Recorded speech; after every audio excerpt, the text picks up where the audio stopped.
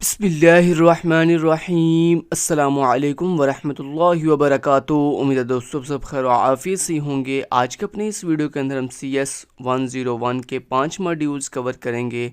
Module number 106 से लेकर module number 110 तक। दोस्तों मॉड्यूल नंबर 106 को स्टार्ट करते हैं। यहाँ पे सबसे पहले आपको एल्गोरिदम एफिशिएंसी का पता होना चाहिए। एल्गोरिदम एफिशिएंसी दोस्तों ये होती है कि एल्गोरिदम जो आपने एल्गोरिदम क्रिएट किया है वो एल्गोरिदम आपके टास्क को सॉल्व करने के लिए कितना टाइम ले रहा है और कितना करेक्टली उसको जो है वो सॉल्व करके दे रहा है आपके टास्क को, तो इसको हम कहते हैं एल्गोरिदम एफिशिएंसी। और बाकी यहाँ पे मॉड्यूल 106 में कुछ भी इंपॉर्टेंट नहीं है, बस आपको एल्गोरिदम एफिशिएंसी का जो मैंने कंसेप्ट बताया है बस इसका आपको पता हो कि कितना टाइम लग रहा है आपके टास्क को कंप्लीट होने में और कितना अच्छे से कंप्लीट हो रहा है। नेक्स्ट दोस्तों मॉड्यूल नंबर 107 है, ये इंपॉर्टेंट नहीं है, इसको भी स्किप कर दें। नेक्स्ट आता मॉड्यूल नंबर 108 जिसके अंदर सॉफ्टवेयर वेरिफिकेशन की डेफिनेशन लिखी हुई है। सॉफ्टवेयर वेरिफिकेशन दोस्तों क्या होती है कि आया कि जो सॉफ्टवेयर आपने क्रिएट किया है क्या वो सॉफ्टवेयर बिल्कुल करेक्ट और बिल्कुल 100% जो है वो ठीक से काम कर रहा है कि नहीं कर रहा है, इसको हम सॉफ्टवेयर वेरिफिकेशन कहते हैं। तो मतलब ऐसा टास्क जिसमें हम ये चेक करते हैं कि जो हमने सॉफ्टवेयर क्रिएट किया क्या वो सॉफ्टवेयर हमारे तमाम के तमाम टास्क को अच्छे तरीके से कंप्लीट करके दे रहा है हमारी नीड के अकॉर्डिंग या नहीं। अगर तो सॉफ्टवेयर हमारी नीड के अकॉर्डिंग हमारे टास्क को अच्छे से कंप्लीट करके दे रहा है तो इसका मतलब सॉफ्टवेयर बिल्कुल वेरीफाइड है, सॉफ्टवेयर बिल्कुल जो है वो करेक्ट है। लेकिन अगर वो हमारी नीड के अकॉर्डिंग हमें चीज़ों को सॉल्व करके नहीं दे रहा है, इसका मतलब हमने जो सॉफ्टवेयर क्रिएट किया है वो बिल्कुल ठीक नहीं है, उसमें बहुत से बग्स हैं। तो यहाँ पे ये डेफिनेशन लिखी हुई है सॉफ्टवेयर वेरिफिकेशन की, कहता है distinction between program believed to be correct and the program that is correct. तो इसको कहते हैं हम जो है सॉफ्टवेयर वेरिफिकेशन कहते हैं। तो बस ये आपने ये डेफिनेशन जो है यहाँ से याद कर लेनी है। नेक्स्ट चलते हैं मॉड्यूल नंबर 109 पे। दोस्तों मॉड्यूल नंबर 109 पे जो पहली चीज़ इंपॉर्टेंट है वो है जी यहाँ पे व्हाट इज़ मशीन लैंग्वेज। तो दोस्तों programs for modern computers consist of sequence of instructions that are encoded as numeric digits. कहता है जो हमारे कंप्यूटर के प्रोग्राम्स होते हैं ये जो हमारे मॉडर्न कंप्यूटर्स हैं उन मॉडर्न कंप्यूटर्स के अंदर जो हम प्रोग्राम्स टाइप करते हैं, कहता है उन प्रोग्राम्स के अंदर हमारी जो है सीक्वेंस ऑफ इंस्ट्रक्शंस होती हैं, उन सीक्वेंस ऑफ इंस्ट्रक्शंस को रन करने के लिए हम उन्हें इनकोड करते हैं किसके अंदर, न्यूमेरिक डिजिट्स के अंदर।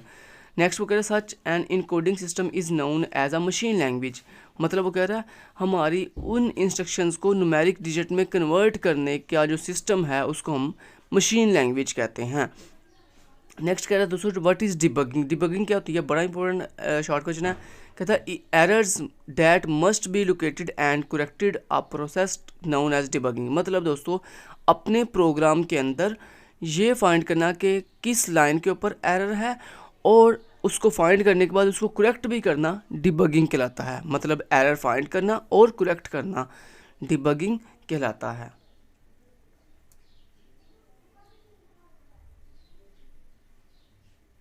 नेक्स्ट दोस्तों मॉड्यूल नंबर 110 है, उसके अंदर सबसे पहले जो डेफिनेशन है वो है जी व्हाट इज़ असेंबलर। दोस्तों ये असेंबलर क्या होता है, कहता है assemblers were develop to convert mnemonic expressions into machine language instructions. Main दोस्तों सिंपल ये कि आपकी जो हाई लेवल लैंग्वेज होती है उसको लो लेवल लैंग्वेज में कन्वर्ट करने के लिए जो हम यूज़ करते हैं इंस्ट्रक्शन मतलब सिस्टम, उसको दोस्तों हम असेंबलर कहते हैं।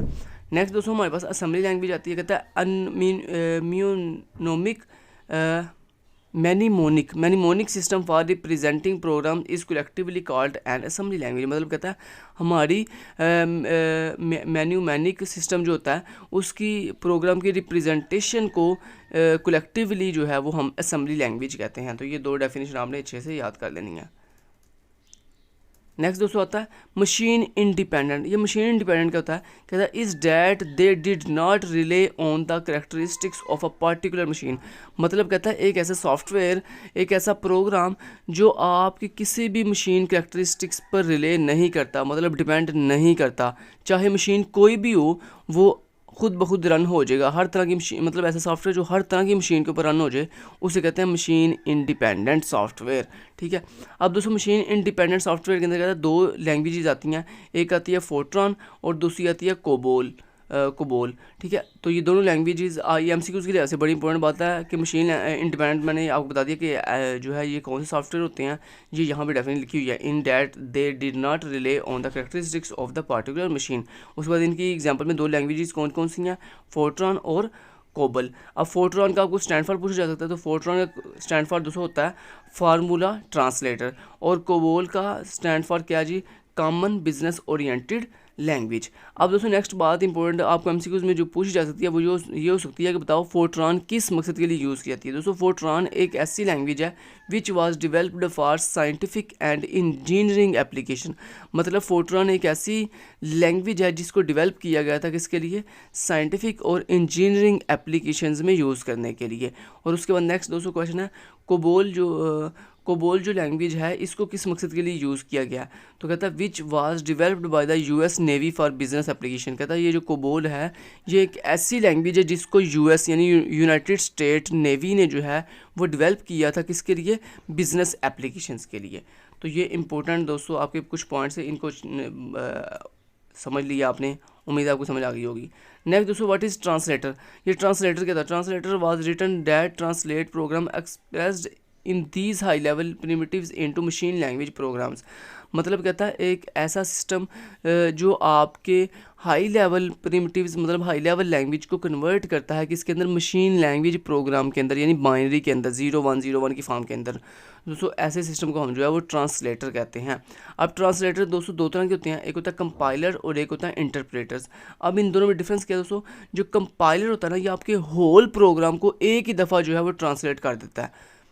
ठीक है, जबकि दोस्तों ये जो इंटरप्रेटर होता है ये आपकी एक एक लाइन करके जो है उसे ट्रांसलेट करता है। मतलब पहली लाइन पकड़ता है उसे ट्रांसलेट करता है, दूसरी लाइन पकड़ता है उसे ट्रांसलेट करता है।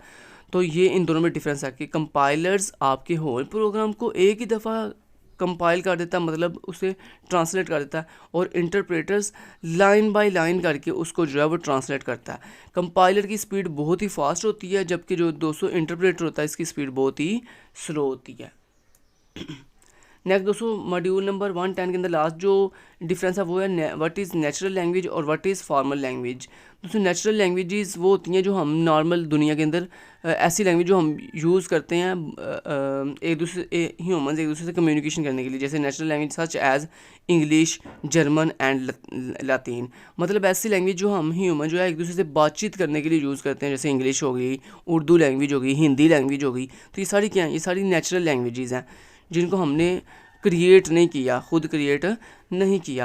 उसके बाद दोस्तों फॉर्मल लैंग्वेज कौन सी होती हैं, सच एज प्रोग्रामिंग लैंग्वेज। दुनिया में जितनी भी प्रोग्रामिंग लैंग्वेजेस हैं उनको हम फॉर्मल लैंग्वेज कहते हैं, और दुनिया में जितनी भी कम्युनिकेशन वाली लैंग्वेजेस हैं ह्यूमन के दरमियान अंडरस्टैंडिंग वाली लैंग्वेजेस हैं उनको हम नेचुरल लैंग्वेजेस कहते हैं।